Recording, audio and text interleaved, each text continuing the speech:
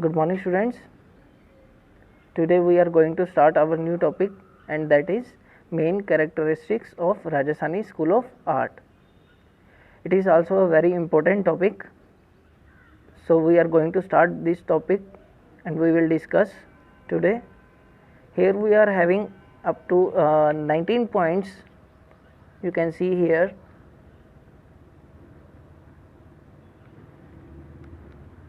These are total 19 points and we will do minimum 10. Maximum you can do as per your capability, and it will be very easy points I will tell you, so that you will get a maximum marks in your board exams. So let's start. So these points are: first, linear beauty; second, color scheme; third, two-dimensional paintings; fourth, stylization;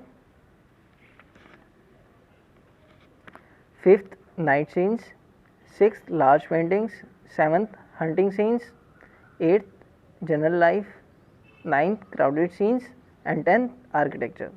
So these are very easy points which you can learn and get a maximum marks in your board exams. So let's start. First, linear beauty.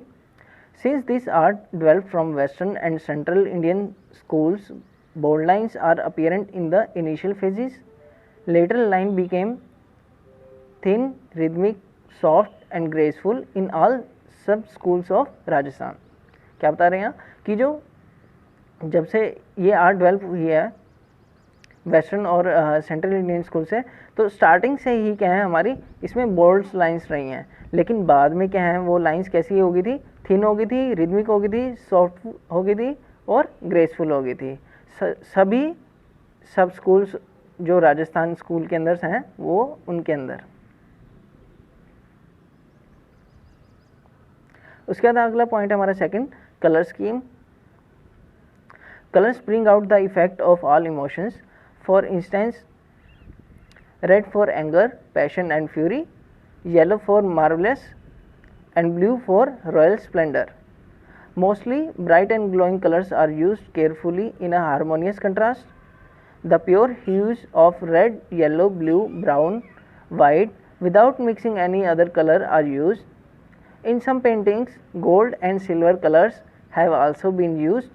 Background is mostly flat. तो क्या बता रहे हैं कि जो colours ही हैं ये सारी चीज़ें इमोशंस को एक्सप्रेस करते हैं, जैसे कि रेड फॉर एंगर, पैशन और फ्यूरी के लिए है, और येलो हमारा किस लिए है, मार्वलस, और ब्लू किस लिए है, रॉयल स्प्लेंडर को. इन सबको ये शो करते हैं. तो कलर से हम क्या इमोशन को शो करते हैं यहाँ पर. अगर आपके पास किसी जैसे 1 पॉइंट्स के अंदर अगर क्वेश्चन आ जाता कि हाँ किसके थ्रू हम अपने इमोशंस को एक्सप्रेस कर सकते हैं, तो आप वहाँ पर अगर ऑप्शन में दिया होगा तो वहाँ कलर स्कीम पर टिक कर सकते हैं. उसके बाद यहाँ पर बताया मोस्टली ब्राइट और ग्लोइंग कलर्स भी यहाँ पर यूज़ किए गए हैं, काफ़ी केयरफुली हार्मोनियस कंट्रास्ट के साथ में. और इसमें क्या है बिल्कुल प्योर कलर्स लगाया है, रेड, येलो, ब्लू, ब्राउन और वाइट. इसके साथ कोई भी कलर मिक्स नहीं किया गया. In some paintings gold and silver colours have also been used. ठीक है, कुछ पेंटिंग्स में गोल्ड और सिल्वर कलर भी यूज़ किए गए हैं और बैकग्राउंड क्या मोस्टली फ्लैट होते थे. उसके बाद आपका थर्ड पॉइंट है two dimensional paintings. Contours are defined with simple lines and flat colours are used in background without any gradation. Perspective details, horizon और sky lines are not of much importance of this artist, leading to a plain two dimensional effect. तो यहाँ क्या बताया है कि जो ये counters drawings वगैरह होती थी वो पहले कैसे बनाई जाती थी, सिंपल लाइंस में बनाई जाती थी, और बैकग्राउंड क्या होता था बिल्कुल फ्लैट कलर्स में होता था बिना किसी ग्रेडेशन के. उसमें किसी तरह की टोन्स वगैरह नहीं बनाई जाती थी, कोई ग्रेडेशन नहीं होता था उसमें. इसी वजह से वो क्या है बिल्कुल एकदम टू डायमेंशनल में लगते थे. और यहाँ बताया पर्सपेक्टिव डिटेल्स और हॉरिजॉन्टल और स्काई लाइंस जो क्या है वो इन आर्टिस्टों के लिए कुछ ज़्यादा इम्पोर्टेंस नहीं रही थी, इसलिए ये क्या है बिल्कुल एकदम टू डायमेंशनल इफेक्ट में दिखती थी. उसके बाद आपका जो अगला पॉइंट है, फोर्थ पॉइंट, वो है stylisation. Trees are ornamental, repeated shapes of leaves are painted in light and shade, sometimes they appear only for ornamentation in the composition. तो क्या है, यहाँ पर ट्रीज़ को ऑर्नामेंटेशन के तौर पे भी यहाँ यूज़ किया जाता था, ठीक है। उसकी शेप्स जो लीव्स की होती थी वो उसको रिपीट किया जाता था, जो कि किस में, लाइट और शेड में पेंट किया जाते थे। और यहाँ बोला देखो कि sometimes they appear only for ornamentation in the composition, composition को सजाने के लिए भी वो इस स्टाइलाइजेशन को अप्लाई करते थे। इसके बाद है आपका night scenes. Night scenes are painted in a very attractive way. Black और smoke grey colour of the night sky leads beautiful contrast to the white and yellowish golden color of the moon and stars and colorful foreground of human figures। क्या बता रहे हैं कि जो night scenes जो बनाए जाते थे काफ़ी अट्रैक्टिव वे में बनाए जाते थे, और ब्लैक और स्मोक ग्रे कलर जो नाइट स्काई के लिए यूज़ किया जाता था वो काफ़ी ब्यूटीफुल होता था, जिसमें कंट्रास्ट में उसके साथ वाइट कलर यूज़ किया जाता था, और येलिश गोल्डन कलर के मून, स्टार्स, ये सब चीज़ें बनाई जाती थी, और कलरफुल फोरग्राउंड और ह्यूमन फिगर्स होते थे। उसके बाद आपका है large paintings. In comparison to the other paintings of Rajasthan, the Kishangarh paintings are larger in size, known as pichwai back curtain. These were used for plays at the back, but in Bikaner school we find both miniature and wall paintings।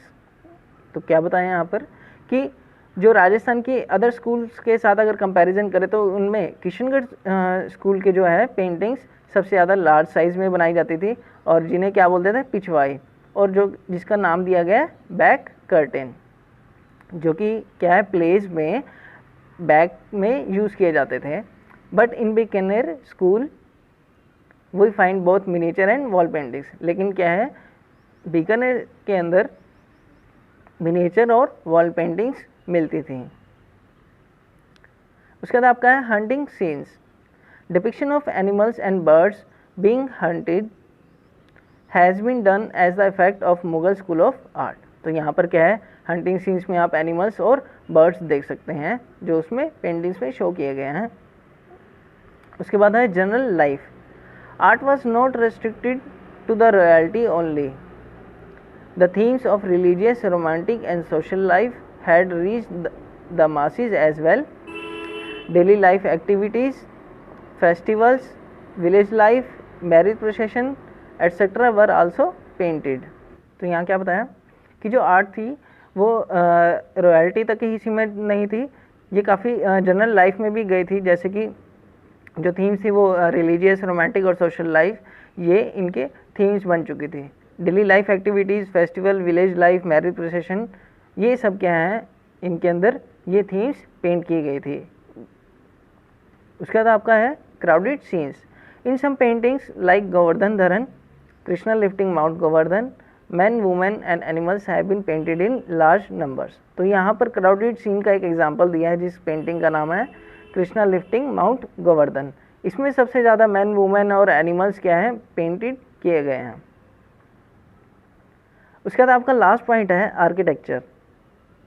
Palaces are dome, brick work and marble both appear in buildings. White lattice in Mughal style is also notice at some place.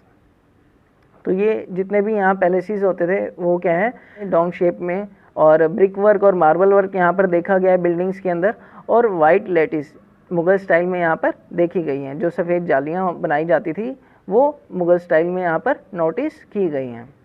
तो ये आपके 10 points थे जो main characteristics of Rajasthani school of art के हैं।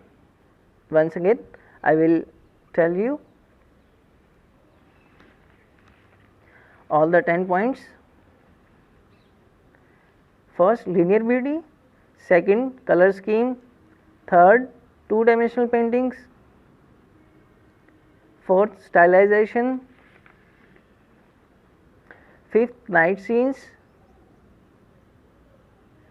Sixth, large paintings.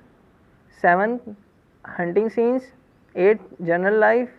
Ninth, crowded scenes. And 10th, last, architecture. So I hope you understand it very well. Make a proper notes in your points as you can easily remember it. Thank you.